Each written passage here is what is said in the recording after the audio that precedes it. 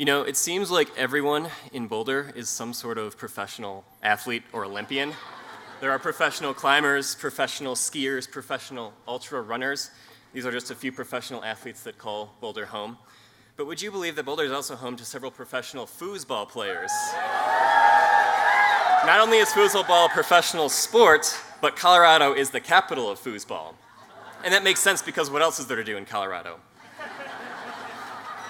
Anyways, 1974, and this guy named Lee Peppard, who's completely obsessed with foosball and who owns a bar in Missoula, Montana, travels to Denver to host the first ever World Table Soccer Championships at Elish Gardens in Denver. And between sponsorships and entry fees, he's able to put up a prize purse of $50,000. And to put that into perspective, that could buy you about 9 Corvettes back then. This tournament attracts some of the best players in the world, and it ushers in a new era of professional foosball and the Professional Foosball Tour.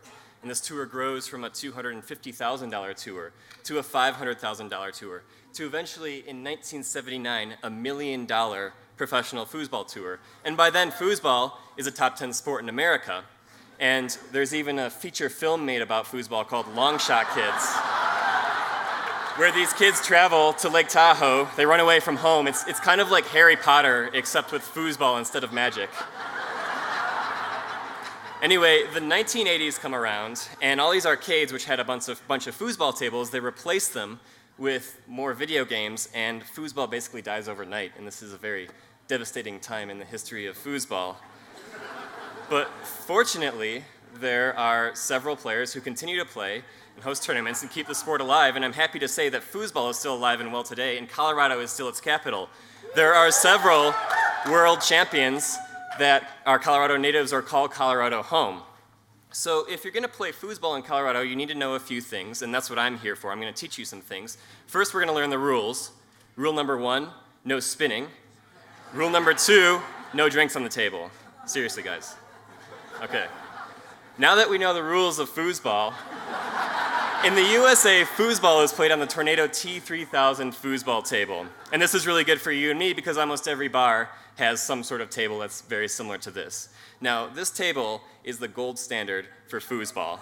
And at professional foosball tournaments, they'll bring in all brand new Tornado T3000 foosball tables, and these retail for about $2,000 a piece. At the Colorado State Championships, they brought in almost 50 of these brand new foosball tables.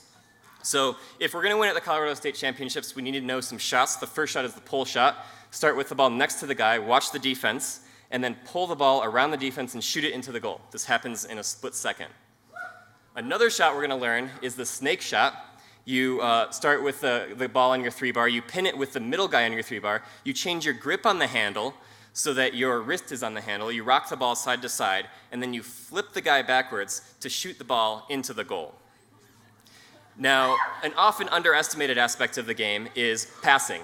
So when you get the ball on your 5-bar, instead of smashing it forward, try to control the ball and try and pass it to your 3-bar. You have a much higher percentage chance of scoring from your 3-bar, and since foosball's a game of percentages, you're probably going to win.